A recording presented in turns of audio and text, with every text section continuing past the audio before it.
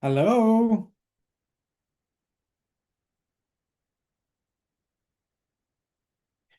I hear everything. Is anyone in the room? Hopefully. Yeah, I see some faces, so that's good. Howdy, Newman. All right, good stuff. So that means my audio is working, so I'm happy about that. How are you doing today, Newman? I'm good. Well, it was the first snowfall here in New York City yesterday. It was Really? super cold. Yeah. Yeah. So might it be a snowy season? Do you have a lot of snow still at the late of the years, or not as much as it used to be? Not as much as it used to be, but the weather, what is it? The science hippies say that it might be a heavy snowfall year for Northeast United States. So we'll see. I mean, it certainly played out. I'm pretty sure that all the New Yorkers were a little bit surprised, but you know, November 11th had flurries already. I love it. Like in some places of the world, you can have 5 feet of snow, and you just gotta go to school. You gotta go to work. And I remember places. I mean, I used to live in Iowa, and once when I was a kid, and we had just like a half an inch or an inch of snow, and then you just like, hey, everybody, it's a snow day. Yep, yep. Everybody's staying And home, then, so it's lovely. yeah, I used to live in Valdez, Alaska, and they would snow 10 feet, and the kids would trudge off to school. They didn't care. Yeah. Well, to be fair, depending on where you live, you're probably Huh? equipped, and also the services, the civic services Exactly. and everything around are probably better equipped to do that kind of thing. And I cannot fault the warmer climates not being able to, instantly deal with a few inches of the snow, but it's True. nice to see how realities can differ based on very similar conditions across the world. So, Absolutely. Absolutely. well, thanks for joining in, Joseph. Looking dapper today. Very nice, Aditya. Good to have you here as well. Who else do we have in the room? Biruk, we have a couple of AI companions, note takers. I see Jim, Jeffrey, I see Maria in the call, Rob, and Sebastian as well. I think we're going to have a bit of a cozier time here in the Zoom today. Obviously, we're live streaming to, hello, Maria, live streaming to X and YouTube as well.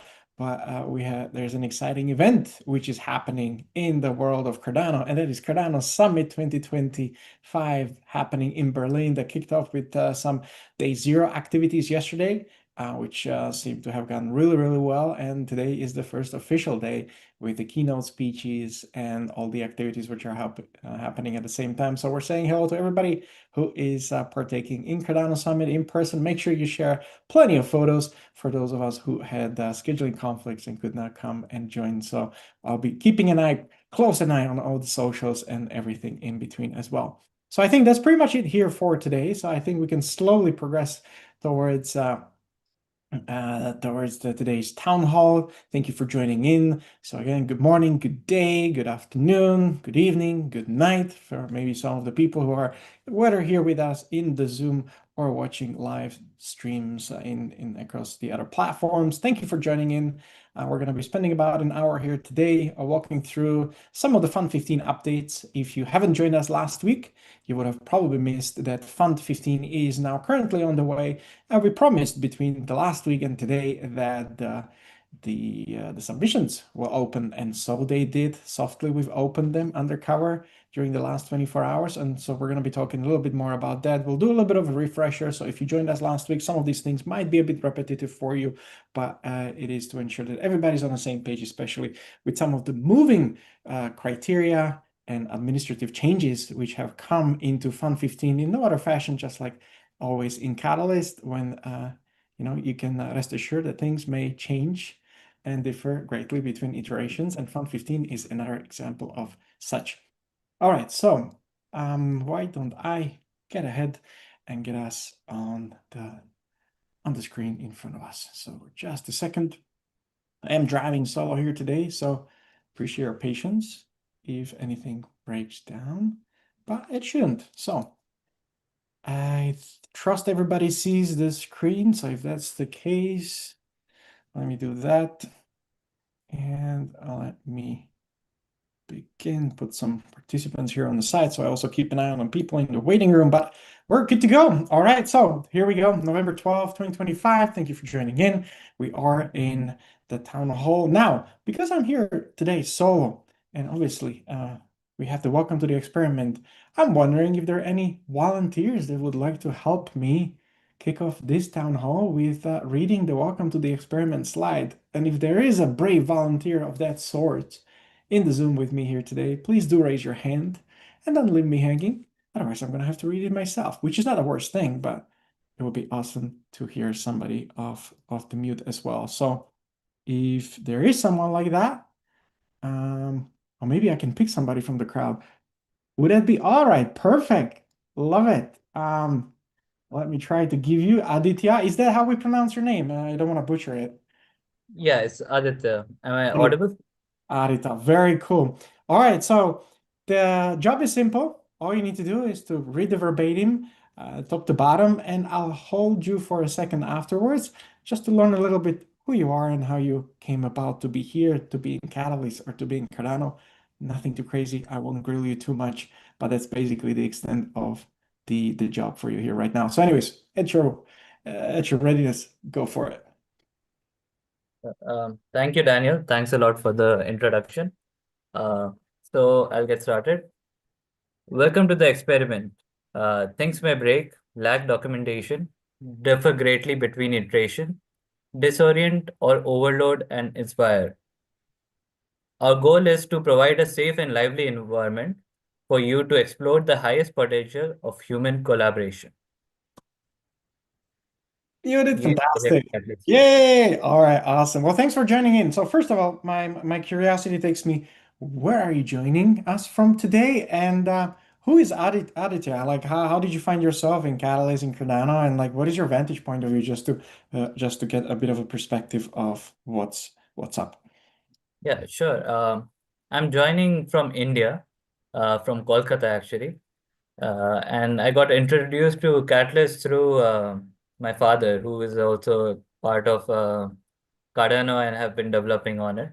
His name is Uday Solanki. So he has been working on Cardano for quite some time, and I was already interested in blockchain before this as well. Like I hadn't heard too much about Cardano, but once I heard about the uh, very detailed and expert technology that goes into it, I was immediately like hooked into it. So yeah, I've been developing on Cardano since then.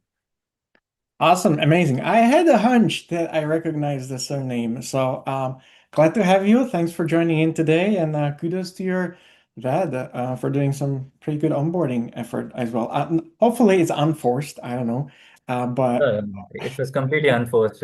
Or you can say like Cardano was the uh, thing that was forcing me to join.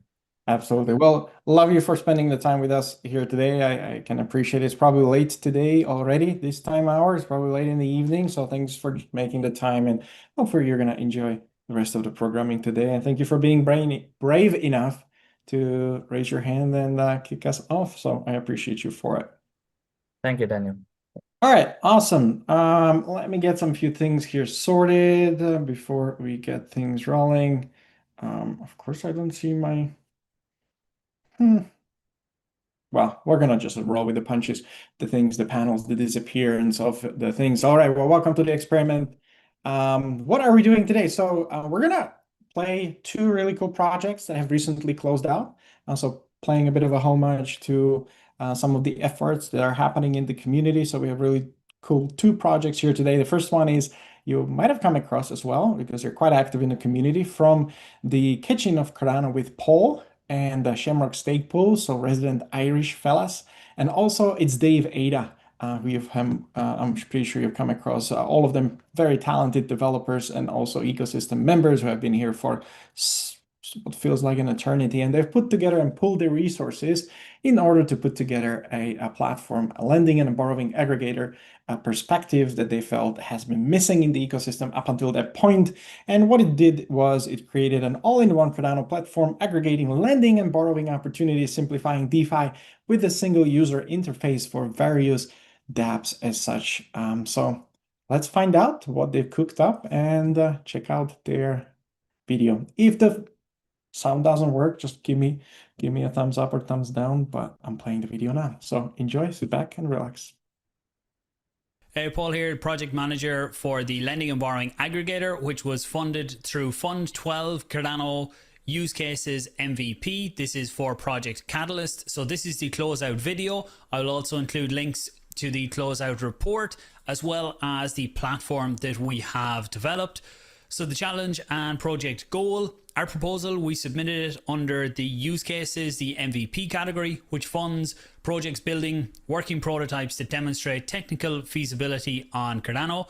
So we chose this challenge because lending and borrowing on Cardano was starting to become fragmented as we got more protocols offering lending and borrowing. And when you look at other ecosystems, generally there are apps like this that bring them all together under one UI to improve the UX for users.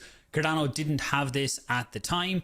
So instead of each protocol having its own interface or its own user experience, we wanted to build an aggregator that brought all of that together, that brought more transparency and let people know what opportunities were there.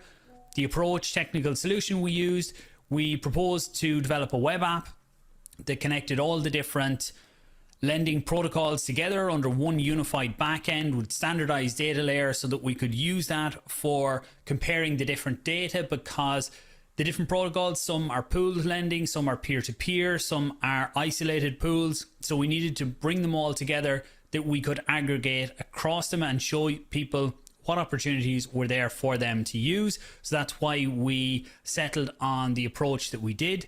So the progress and outputs. So the application that we have developed is what you can see on my screen here, Cardano Yield Hub. And users can come in, they can lend assets, borrow assets. There's also an aggregator built into it. This is utilizing the Fetch Dex aggregator, but that's outside the use case here. But just from a UX standpoint, we thought it was very useful to have all of the swap functionality available on the one UI as well.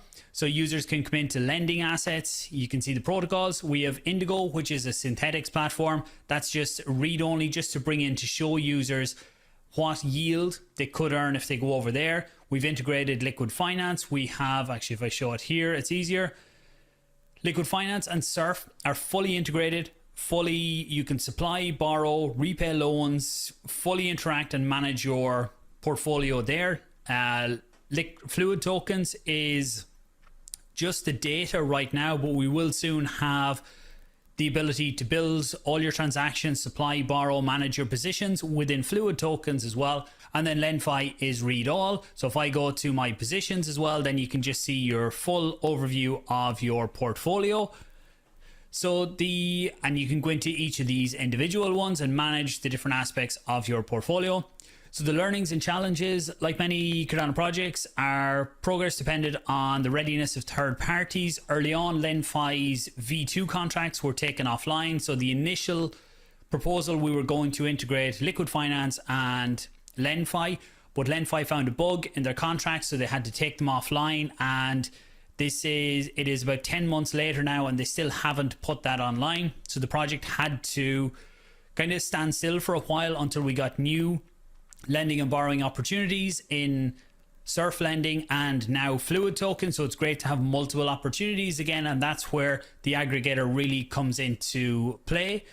From a project management standpoint, I suppose that dependency on the third parties, one of them going completely offline, wasn't something that we had thought about in the planning of this. So that's something that we will take into future projects, whether they are through Catalyst or through other avenues that we're building out different aspects as well. And we're also going to be building out this platform even further as well.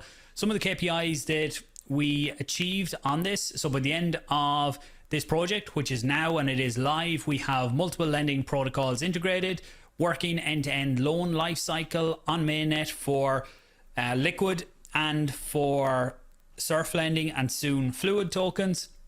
Analytics and reporting tools, so you can go in, you can look at all your different positions, everything that's happening. You can also compare the stats across multiple different protocols. We've also implemented tracking in the back end on stats, so we can try and improve on different areas that are needed as well. We include the fees of the different protocols, so when you go to make loans or closeout loans, you can see the interest due and everything is transparent there.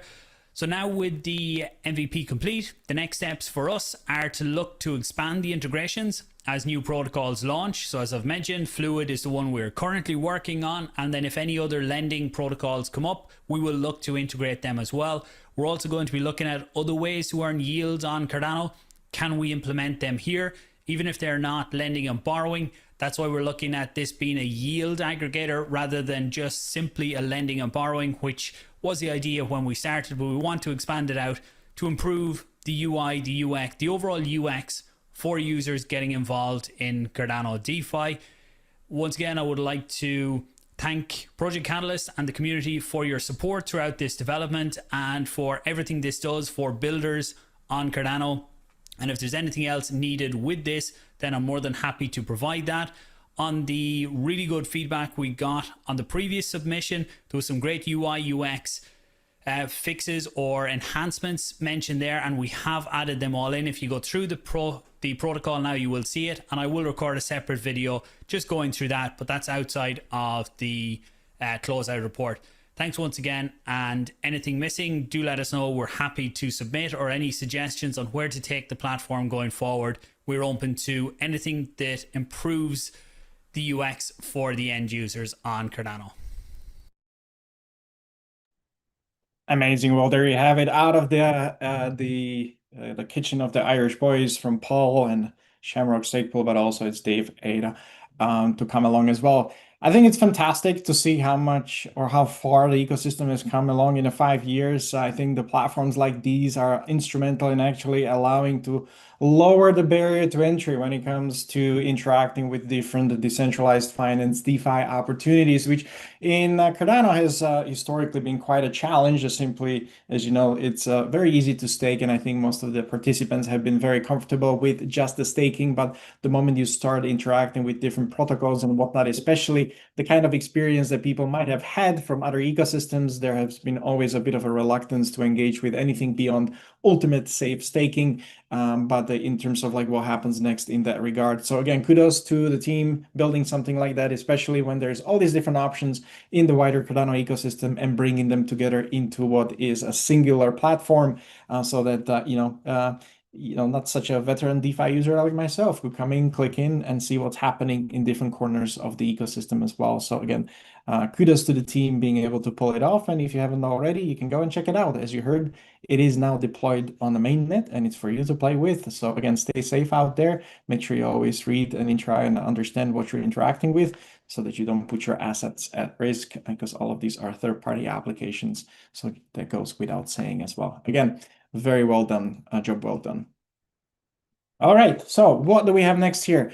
Probably also a team that needs very little introduction, headed by Jingles and others from the Mesh.js SDK, coming out of the deep Asian south of the regions, and they had a funded project in Fund 13 in Cardano Open Developers specifically, and it was addressing the Hydra tools for administering and interacting with Hydra heads. Now, if anyone is unfamiliar what Hydra heads are, these are the ways how you can scale transactions on Cardano, because it creates separate state channels that temporarily open in the space, where you can do a lot of magic, a lot of transactions all in one go, and then just wrap it down back to the Cardano blockchain whenever it's ready to go. If you participated in some of the recent events, Cardano related events, you've probably seen some of the Hydra events technology that was deployed by also community members, where you were tagging individuals, whether it was the vignettes that people had on, or if you were going from a booth to booth,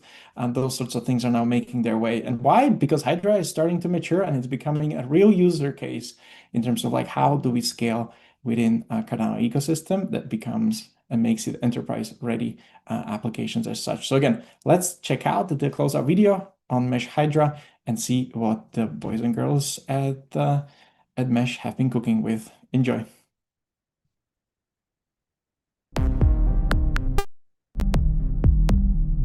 Hello everyone, this is the closeout video for Mesh, Hydra tools for administrating and interacting with Hydra heads, an open source toolkit for developers building on Hydra. This proposal was led by Jingles and was funded through Project Catalyst Fund 13 under the Cardano Open Developers category. Our mission was simple but ambitious: to make Hydra, Cardano's layer 2 scaling protocol, easier and faster for developers to use so they can build scalable dApps with confidence. We joined this challenge because we saw a clear gap. Hydra provides powerful scaling for Cardano, but few tools existed to interact directly with Hydra heads. Our proposal aimed to change that by building a suite of developer tools and documentation that make Hydra accessible and practical. Specifically, we propose to deliver tools that allow developers to connect with a Hydra node, build and sign Hydra layer 2 transactions in TypeScript, query UTXOs inside Hydra heads, commit and decommit script UTXOs, and integrate all of these into their own dApps easily. We received Catalyst funding to design, develop, and open source this toolkit as part of the Mesh SDK ecosystem. Once our project went live, we followed a clear roadmap of milestones, and we achieved every one of them. We delivered Hydra provider integration into the Mesh SDK, a fully functional demo app for interacting with Hydra heads, complete API documentation and setup guides, integration of Hydra Asteria within Mesh, and a full open source Hydra package, released on GitHub and NPM under the Apache 2.0 license. Along the way, we learned a lot, both technically and as a team. We explored Hydra UTXOs, debugged reference script issues, experimented with token minting inside Hydra heads, and improved WebSocket stability. We also received valuable feedback from the Cardano developer community, who confirmed the high demand for practical Hydra tooling. Here you can see our Mesh Hydra documentation on web and GitHub. Developers can open a Hydra head, commit UTXOs, and observe the balance changes live, all through a friendly web interface. Wallet interactions follow the CIP30 standard, allowing users to connect, sign, and submit transactions securely. Behind the scenes, the Mesh Hydra package handles all the communication with the Hydra node, enabling seamless layer 2 interactions directly from your dApp. All the source code and documentation are publicly available for anyone to explore, contribute to, or integrate into their own projects. Now that the funded phase of the project is complete, Mesh Hydra tools remain in active development. The lead developer continues to maintain the Hydra branch within Mesh, ensuring the toolkit evolves alongside Hydra's core protocol updates. Our next steps are to further integrate Hydra tools into the broader Mesh SDK, support more advanced layer 2 use cases, and help developers build the next generation of scalable Cardano dApps. We also plan to explore opportunities for collaboration and possible future funding to expand Hydra tooling even further. Thank you to the Catalyst community, the reviewers, and everyone who voted to make this possible. You can explore the project, try the demo, or contribute to the code. All links are available in the video description below. We're proud to have advanced the Hydra ecosystem and made it easier for developers to scale Cardano.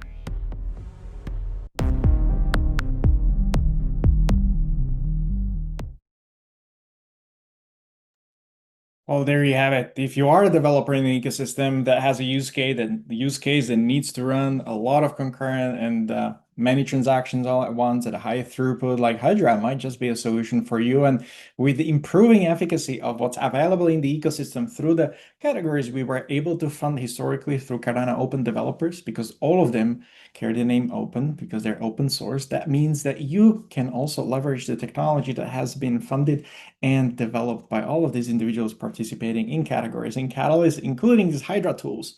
So again, kudos to the team being able to pull it off, and equally so, I hope we will find really good use cases for all of these, because they definitely bring the barrier to entry for developers a great deal, especially if someone else was able to walk the pathway in front of you. So why to bury yourself if you can see the pathway that has been already taken? And these guys and girls are making it possible for you to build on Cardano in a very cost and scalable, efficient way. So again, congratulations to the team, and I couldn't be happier that they were able to bring it over the line. Now, if you would like to find all kinds of other open source developer ecosystem projects that have been funded over the years, make sure you go and check out the projectcatalyst.io website so that we can bring you more of that information that you'll be able to see there as well. All right, so what else is happening? Well, as you know, if this is your first time tuning into a town hall or Project Catalyst, well, Project Catalyst has a global footprint. So what you just saw were only 2 amazing projects out of 2,222. we could not come up with that number by ourselves. I actually remember when this number was shared with me for the first time, I had to go and check it 3 times over just to ensure that this is not a typo. It is actually a real number, 2,222 funded projects, and we've seen only 2 of them here today. So that's a lot of 2s, but we are covering a wide variety of use cases and projects and throughout the world, basically on every continent, as you can see in here in front of you. We're also nearing one of our bigger milestones soon enough. There will be 1,500 completed projects. We're so close. I think we're just under 50. And with the recent eligibility criteria and everything, obviously a lot of procrastinators are coming forward, which are making sure that their documentation and everything is up to speed, because a lot of projects have also come to a conclusion and we're just missing the last administrative piece from all of those teams. So again, can't wait to see once we cross over 1,500. Remember, first funding round had about 10, 11, 12 projects in them. Now we have almost 100,000 fold. So again, it's quite exciting to see where this is happening. As we chatted last week as well, just in the last quarter, this has been increased by more than 100 projects. And in the last 90 days, we're able to process now more than 300 verified milestones. This is true as of basically last week. So again, kudos to everyone who's been able to participating in all of these efforts around the world. All right, so what do we have next for us? Well, as I hinted in the beginning of the stream, we launched officially with the town hall last week with our special guest from Midnight, Lauren, the director of the developer relations, and we're gonna replay the segment from her later today when we talk about the special Midnight category that we have for the first time in Catalyst, bringing that first multi-asset treasury grant management experience. So again, looking forward to touch on that topic. But why is this big for this week? Well, Fund 15 submissions are now officially open as well. So if you haven't already, you'll be able to navigate to app.projectcatalyst.io.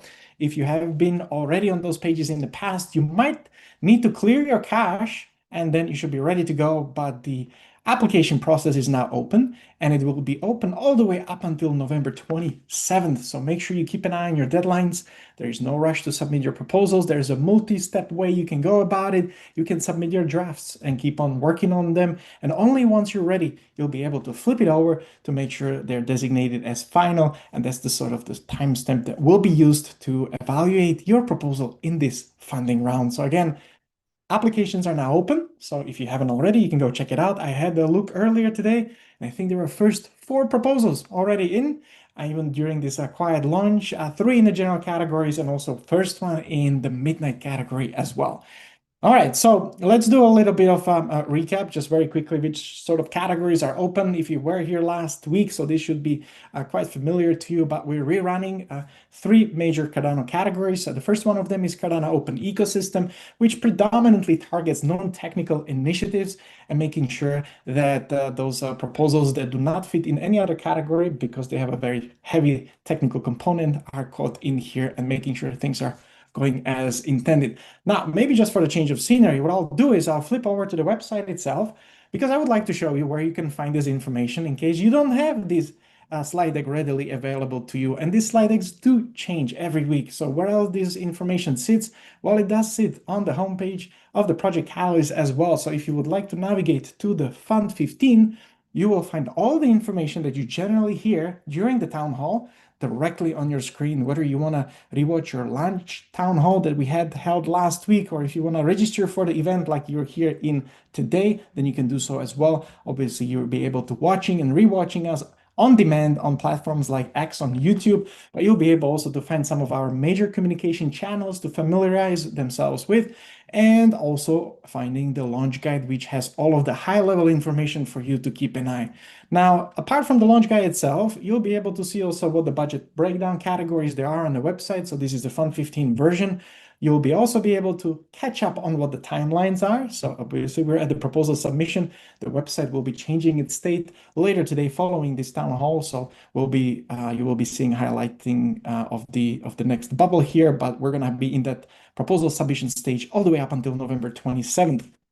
But where would I like you to pay attention a little bit more to is on the bottom of the screen where you can actually find all of the 4 categories. Why that is important? Because in Fund 15, we have revamped category briefs a great deal So if you compare and contrast what these briefs looked like, felt like, and what they were actually communicating in the past, there is no divergence from that historical perspective. We have elevated them a great deal, updated the language, and made sure we involved all of the feedback loops that we've received over the course of the past couple of funding rounds in terms of clarity, in terms of direction and understanding, that we have all shared understanding of what the expectations are. And in that degree, you'll be able to find all of them on the website itself, but also equally on the application layer itself. So you will be able to find what the different budget constraints are right out of the gates, what the different areas of interest are. So as we chatted about the Cardano open categories, we're talking about proposals which are targeting Cardano community hubs, community events, content creation, mentorship and skill sharing, educational advancements, local advocacy and research. Where things are getting a lot more specific and elevated in Fund 15 is with regards to the eligibility criteria. So we fine-tune it for every category specifically. So on top of the general fund rules, which we're running, and I'm going to refresh our memory from the last week in just a few minutes as well, you'll have to be paying attention specifically to the category briefs, which are building on top of the fund rules themselves. And these are the things which are specifically related to those categories. So for example, in the ecosystem category, one of the most common hurdles we've seen in the past was like, well, I do need a little bit of a technical component in order to make this project work. For example, I need to create a website, or I just need to create some supporting tooling to make this non-technical initiative work. So what we provided some guidance around this time that talks about like what the split of it is. And you will see, for example, for ecosystem, 20%, maximum 20% of their budget can be allocated to the technical portion, but 80% needs to be allocated to the non-technical elements of an ecosystem budget.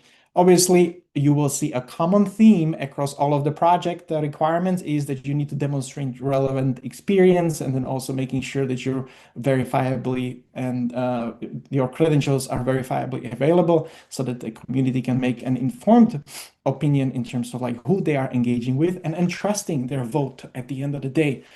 One of the major changes that has also happened was making sure that you are maintaining a good standing with Catalyst. So over the past couple of weeks and months, we've been signaling slowly and transitioning all of the active cohorts, making sure they're up to date with their requirements and expectations thereof as well. So again, we're going to touch about it just in a minute. And so all of the categories will also have the proposal requirements. So for example, for elements such as Cardano open ecosystem, we're talking about defining clear goals and KPIs. You got to be demonstrating community value and also highlighting how do you demonstrate pathway to adoption. So what are the target actions that you're eyeing, and also like how are you mapping and thinking about that user journey. Again, we're moving away from that clearly just output based mechanic, but also thinking in terms of not just what you did, but what impact is going your proposal to have. So we're going to be looking at the duality across all of these projects, and we're going to be reshaping our general understanding in terms of how do we interact with Catalyst and what sorts of expectations are coming in, and making sure. So you will find a lot of other things here around for each of the categories. And then one specifically super exciting thing is to ensure that this is on top of the proposers, so it doesn't get forgotten and the proposers don't get penalized for forgetting about key elements on their proposed projects. We have created a self-assessment checklist to ensure that all of those most important things when it comes to putting together a quality proposal are not forgotten, and we're putting it front and center, meaning that before you're able to submit a proposal in Fund 15, you actually go and need to ask yourself a series of questions. And these questions that you can see in each of the category briefs on the bottom, catering specifically to that category, are then also included as a part of the formal submission form itself as you go forward. So again, you'll be able to go through all of these instances one by one. Now, if I flick back, so that was an ecosystem example. Again, we have a 2.5 million ADA available as a budget. Now we have the Cardano use cases category, which is split in two tracks. First one is a prototype and launch specifically. So again, this is for ensuring that the basically builds upon the Cardano ecosystem participants, the teams and developers, whether it's a new or experienced, like turning their basically ideas of a functional prototypes into a testnet or mainnet readiness. And this is basically the place for, or playground for projects, making sure that you're taking your first step towards actually productizing your use cases as such. So this is essentially not for just idea-only proposals. One of the things which are not present in the current funding round is completely conceptual proposals, which don't even have a white paper in place. So some level of research must have already taken place, and you're coming to Project Catalyst now to try and test it out in the real world. So a lot of those requirements, again, they will be listed under each category requirements as such. The goal and ultimate goal of the prototype and launch, as it hides its meaning on the title itself, is to launch those prototypes for testing and feedback. And it's not necessarily targeting a full commercial release, though you can actually do that if that is sort of your outcome as such. Now, the highest tier, this is where the biggest tickets are going to be, is the Cardano Partners Tier 1 Enterprise Integrations. Now, this is again almost a second year in the running.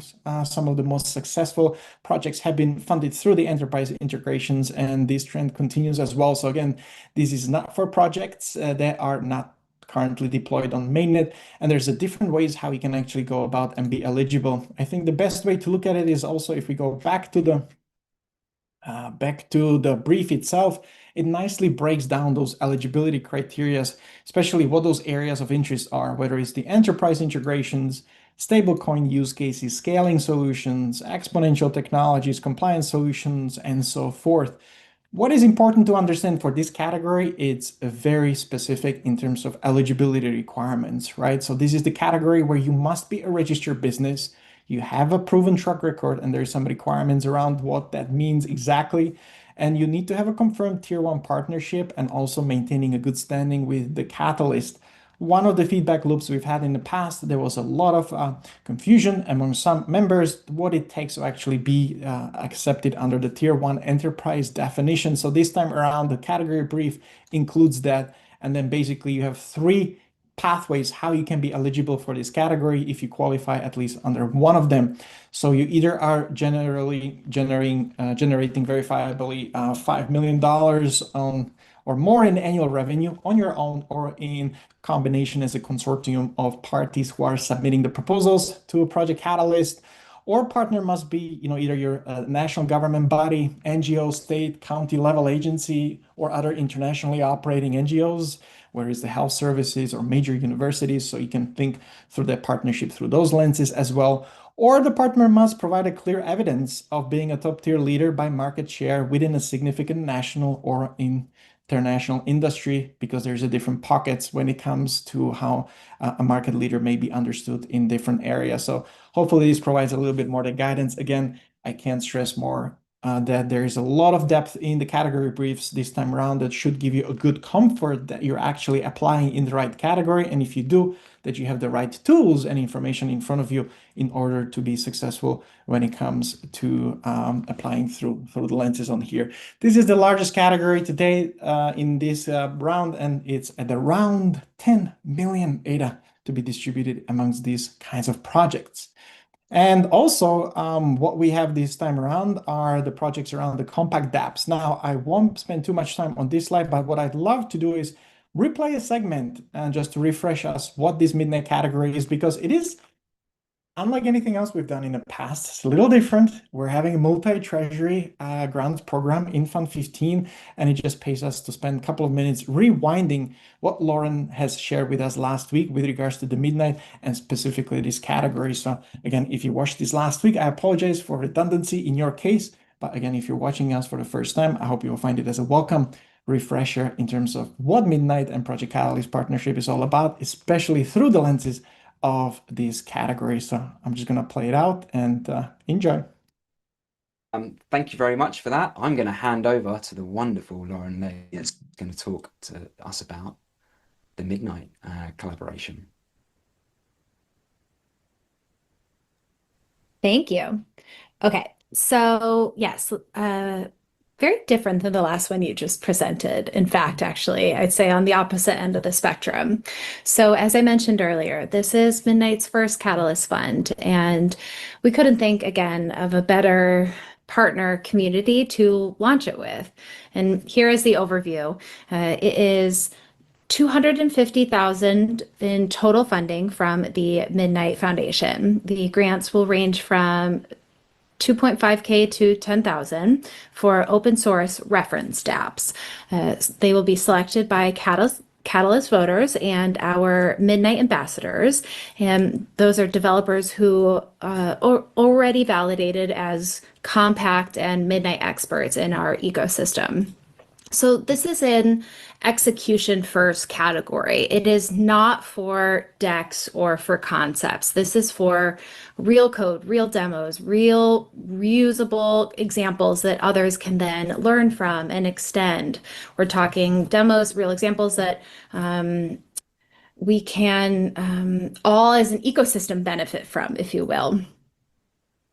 So a great reference dApp, when I said that just a moment ago, you might be asking, Lauren, what is that? So for us, how we define that, you use Compact, our domain-specific language, to create your smart contracts. You include a demo UI, and you utilize Lace Wallet, and you show a real privacy pattern utilizing selective disclosure. You must be fully open sourced and use an appropriate license, such as MIT or Apache 2.0, and include tests and docs so others can, again, extend, build upon it. This is very much about the ethos of ecosystem growth and us all being a part of this together and learning from one another's templates and examples and being a part of the community together. So again, though, it doesn't need to be a full company, a full polished product, a fully formed dApp, even, right? The proposal itself should be clear, useful example, the idea of it. Explain to us how it will help a developer get started. It is very much a show, don't tell sort of ruling here. So we are inviting builders to pioneer privacy-enabled applications. So I mentioned these four earlier, but I'll go through them again. Governance. So private but audible voting and civic systems. AI, privacy safe data, inference pipelines. Health, patient controlled records and research networks. Finance, compliant private finance rails, credit markets, etc. And then challenge us. Again, these are just the beginning. Limit doesn't exist. Think of things that haven't been built yet, novel. I like to say that I'm too old to be creative or to be innovative, like push the boundaries of what we've yet to think of and surprise and delight. So again, though, think of this as the proof of concepts that teach small but technically complete examples of what's possible with programmable privacy. So submissions, I think we've talked about this deadline, so maybe this is redundant. Apologies. I just kind of wanted to make sure it was clear for our Midnight folks that we're attending 12th through the 27th, and reviews the 12th to the 15th, and then the voting and when those are happening. But for us, for Midnight, our track or our category, we want the deliverables to be completed within just 3 months. It's a smaller project, right? And so it should be a tight delivery of timeline for when those dApps are built. But if you are interested, come join our Discord. Connect with the developer relations team. Review the category brief, submit a technical proposal, and it shows what's possible with Compact. These are all repeats. Anyhow, this is what makes decentralized mechanisms like Project Catalyst so powerful. They turn vision into action, and they give everyone a voice in deciding what gets built next, not just investors or insiders. We're so excited that this Midnight dApp category, you all now have the chance to be the first generation of the privacy preserving applications on Midnight. I hope everyone knows here that we're not yet live. We're still in testnet. Mainnet is coming soon, but by participating in all of this, You all get to be a part of what this ecosystem looks like. These are not just hypotheticals. They are templates for what the next wave of builders, proof that privacy and participation can coexist. And the Cardano community has always been the soul of the innovation engine, and every successful ecosystem begins with the people, the builders, the reviewers, the contributors who show up and share ideas and create together.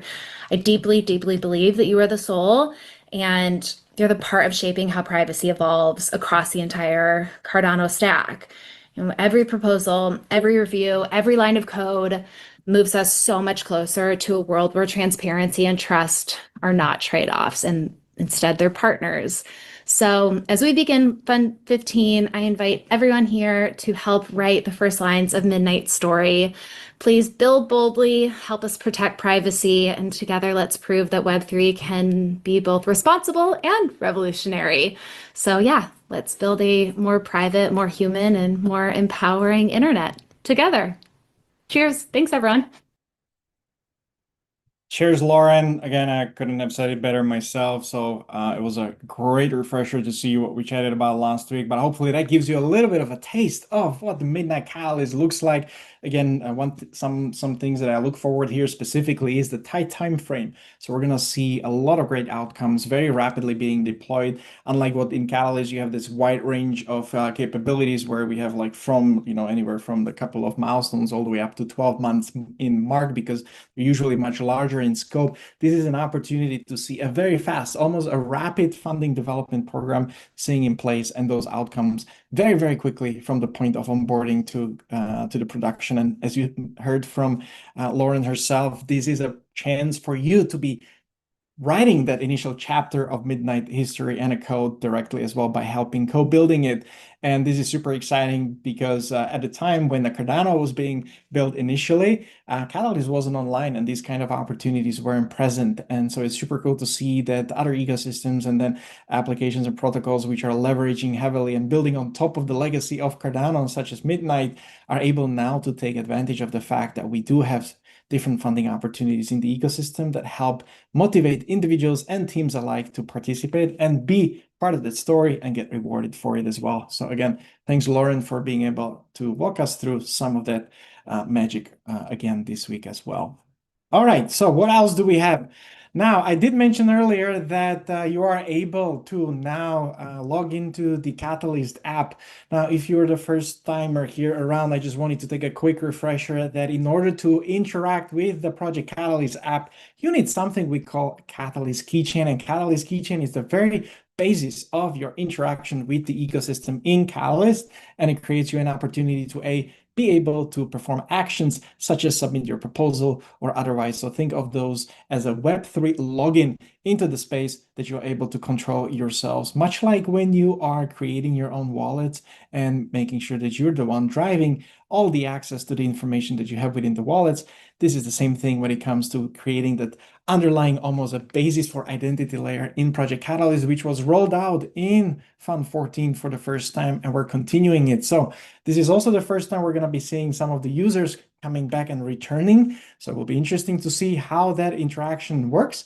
Do let us know how you found the experience of recovering and coming back into Catalyst app after a period of inactivity. But Catalyst Keychain, bottom line, it's your gateway entry into the Fund 15, just like it was in Fund 14. So again, you will use it to enter the new spaces. You will be able to discover awesome ideas. You'll be able to participate with comments and submitting your drafts, whether it's also for private or public consumption, and then finalizing them, but also equally a journey to participate in some of the additional community roles, which we'll be touching upon just in a second. Now, this is required for every participant in Catalyst to have.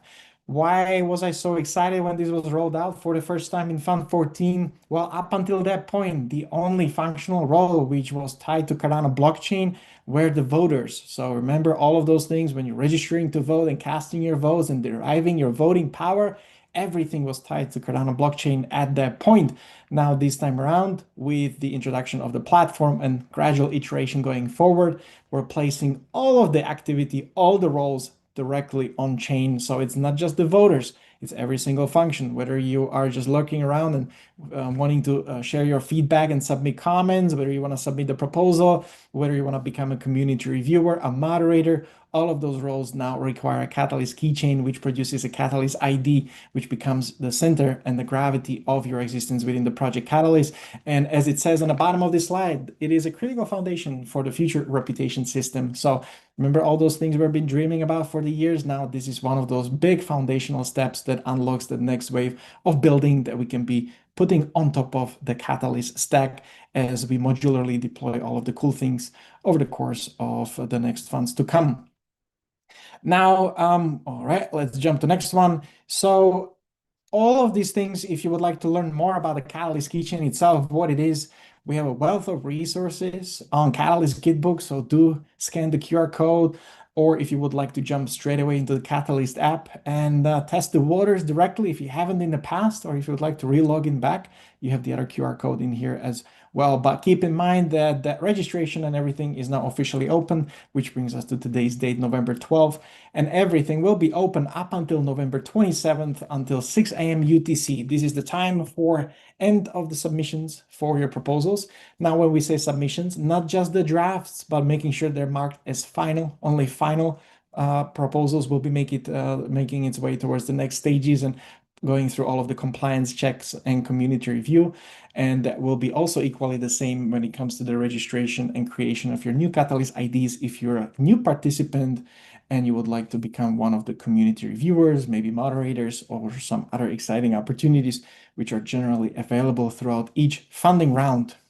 Now, when I speak about community review, I will mention that the community review registrations are still not open. We're pending. We're cleaning up some lost elements before we're able to open it, but we are scheduled and looking to begin in the next few days. So if you are an aspiring community reviewer in Fund 15, whether you're returning from Fund 14 or maybe a hopeful new one, then I encourage you to check out and keep an eye on our announcements channels. When that opportunity will be open, we'll be sharing that information with you, and you'll be able to proceed through the series of steps through the Catalyst app all the way to the community review module to be able to be ready and to participate in the next steps. All right, so now we talked about a great deal about different things, what are happening, where and how. So how about we refresh in terms of those timelines? So again, we have just FYI 20 million ADA funding round with a 250,000 USDM on top of it. By the way, that's another super exciting. It's not just the treasury in terms of like different sources of funding, but it's also multi-asset funding round, which means it's the first time we're diverging away from the ADA resource, but we're adding also a stablecoin USDM, and it is super cool to see that happening because USDM is also a homegrown stablecoin within the Cardano ecosystem, which has been also funded in the past through the Project Catalyst. So it's kind of fascinating to see how those different bits and pieces of puzzles over the years are somehow what initially looked like very disconnected. Now they're coming together and reinforcing each other. So again, also kudos to the team at the Moneta who's been developing and behind the USDM stablecoin to be able to provide that kind of stability and transactional ability for the Midnight category in Fund 15 as well. All right, so before we do the recap of what's new in the Fund 15, some of these things we have touched upon. Again, some may be a bit redundant, but if you're watching it for the first time, because we're opening the submissions today, it's good to just very briefly run through some of those things that have changed. Some of the major changes that we've had just from the top of the line, you might have seen in the past. The maximum capacity per applicant in the previous funding round was 6 in terms of like how many proposals could be submitted to the system for the ballot. This time around, we're down to 2. Why is that? We're moving away from the pure quantity and trying to narrow down the focus from everybody who's participating. And by how do we do that? By not stretching people thin in terms of like what kind of opportunities they want to be pursuing, and also helping ecosystem and individuals and teams prioritize what is it that you really need help through the lenses of Project Catalyst from the Cardano community and the Midnight alike that can sort of make a lot of difference. So we're narrowing down the focus from 6 to 2. That's one of the major changes. I did show you earlier today a mandatory self-assessment checklist before submission. So hopefully that's going to reduce the occurrences where the projects are non-compliant or they forget some of the critical piece of information, which makes it relevant for them to proceed towards the next stages. We talked about a beautiful new category for Midnight in the multi-asset, multi-treasury environment. We also have a very strict eligibility rules for previously funded and active projects. Some of the highlights there include that if you are a party or responsible for a project that is now more than 12 months in delivery, you're ineligible to join into Fund 15 until such project is completely resolved. And it equally goes towards the places where some projects may have fallen behind the schedule, and namely if they haven't received at least 2 accepted and reviewed and signed off proofs of achievements on their journey in the last 7 months. Why is it 7 months? Because we're talking 2 proof of achievements. Milestone can be only 3 months long in Catalyst. So it gives an extra month on top of it and giving opportunity to proposers to catch up on all of their requirements. Also, as we chatted earlier, and I gave you a bit of an example, all individuals and teams must include verifiable references and credentials. There's no more any of the trust me bro or girl. You'll be able to and need to add some credentials to ensure that we know who you are, or at the very least, what is your track record, so that we can cross-reference as an ecosystem your suitability of what makes you really the right fit to carry out the idea in front of you. All right, what else is new? Well, just like I mentioned in the things that I was running you through the first part of the town hall today, make sure you study the brief and the fund rules. Both of those things are working together because there's some very important qualifying and also guardrail information that you will benefit from, and you don't want to get yourself disqualified from Fund 15 based on technicalities that you could potentially overcome. As I mentioned also, there's a sizable shift from how we're thinking through the lenses of Project Catalyst. Historically, it's been everything to everyone, but now in the era of on-chain governance, there's other avenues for funding available, which means that the Catalyst can finally start narrowing down focus as well. So it's not just us requiring all the people and participants in Catalyst to do so, but we're doing it ourselves as a program. And that is going through the fact of the emphasis, as clearly outlined here, is we're talking about focusing on adoption-driven metrics, making sure that the effect you'll have, not just the simple outputs, what is it that you're going to build. Catalyst doesn't build a task list of outputs. We need to understand as an ecosystem what we built, what sorts of outcomes and effect it actually had. The so proverbial, like, so what? Why would anyone care about the proposal that you're submitting? So you need to nail that information quite credibly and vividly in all of your propositions, so that it's very easy to get behind and get the community rallied behind the propositions that you're saying as such. So consult the fund rules, read the category briefs, complete the self-assessment checklist truthfully. What will happen afterwards? We have us, again, once more, we're going to be running a bounty for the community moderators to help us resurface any non-compliant projects which are marked as final. That ensures that the voting ballot is clean and clear, and it's fairly attributed to all of the proposals who are in the running as well.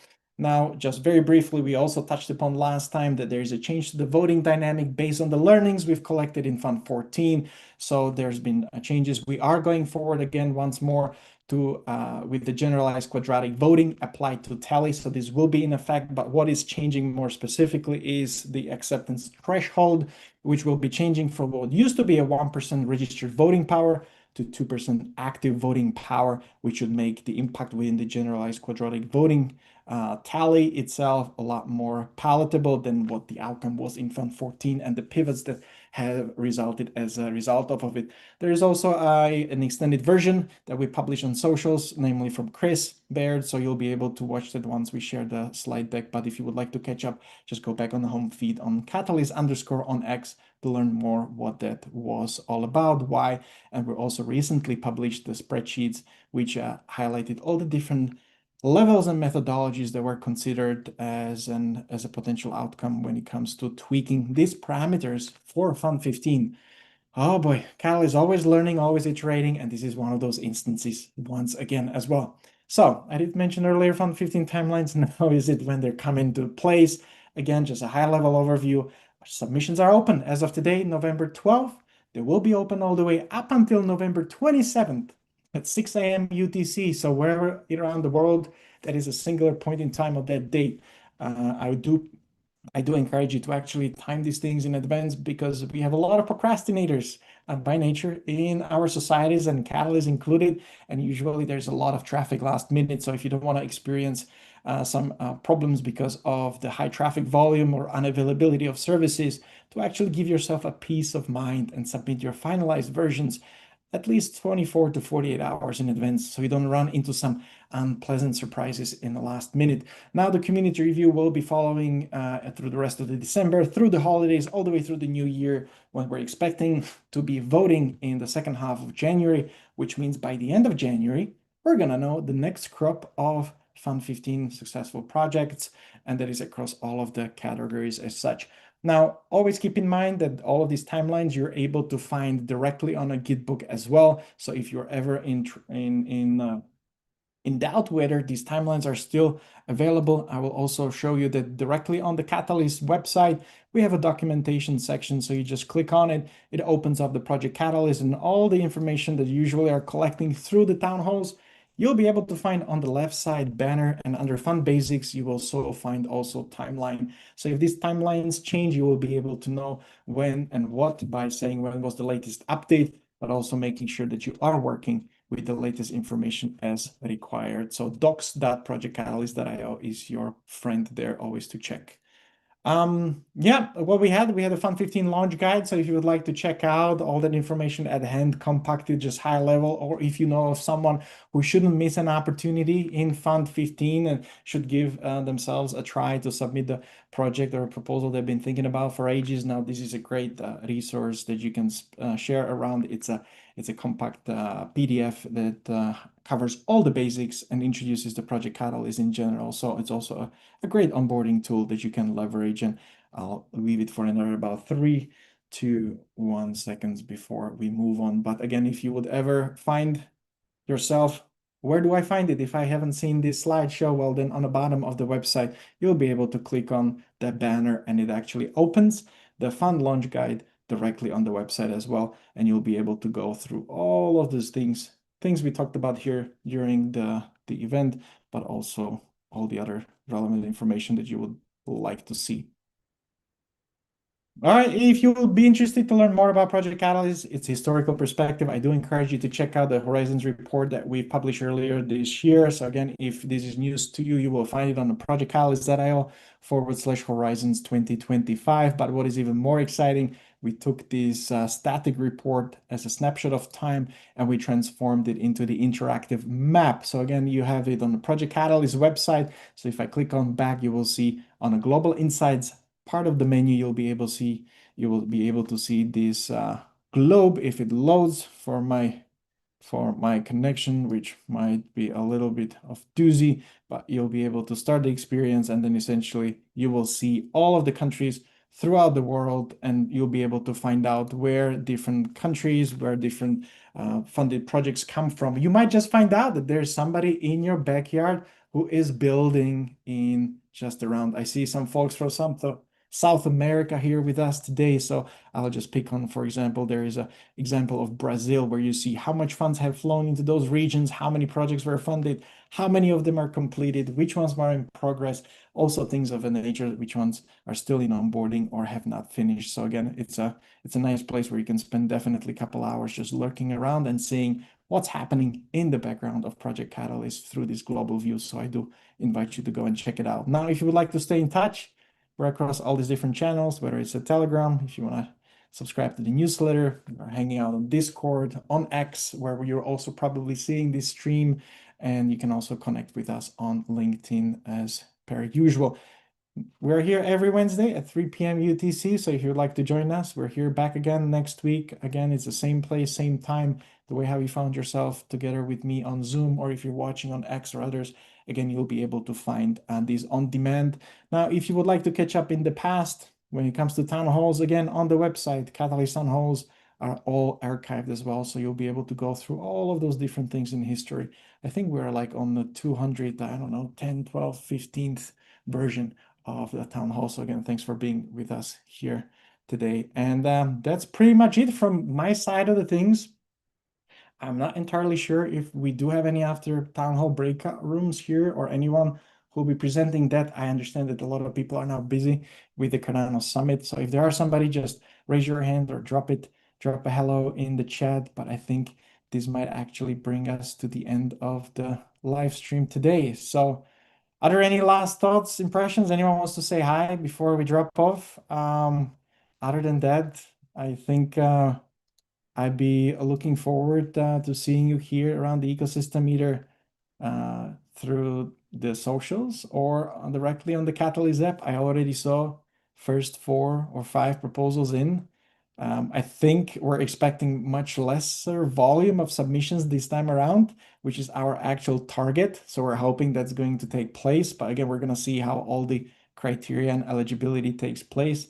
Let's see where we're going to land in, because the innovative spirit in Cardano community is great. You can never underestimate it. But I think some of the levers we have now in place will allow us to suppress the number of submissions in lieu of making sure that they're of a higher quality and be able to better divide our common attention. So having said that, thank you for joining us here today. Thank you for listening to me. Appreciate you spending and hanging out. I'll be spending here for a few more minutes after the live stream ends. But if you have joined us on X and YouTube, this is the end of the live stream. We appreciate you joining us here today, or if you're watching replay, thanks for coming by. And I'll be looking forward to seeing you around the ecosystem as well. Until so, next time. Have a great day, everybody. Ciao, ciao. Ciao, ciao. Thank you very much. Bye-bye.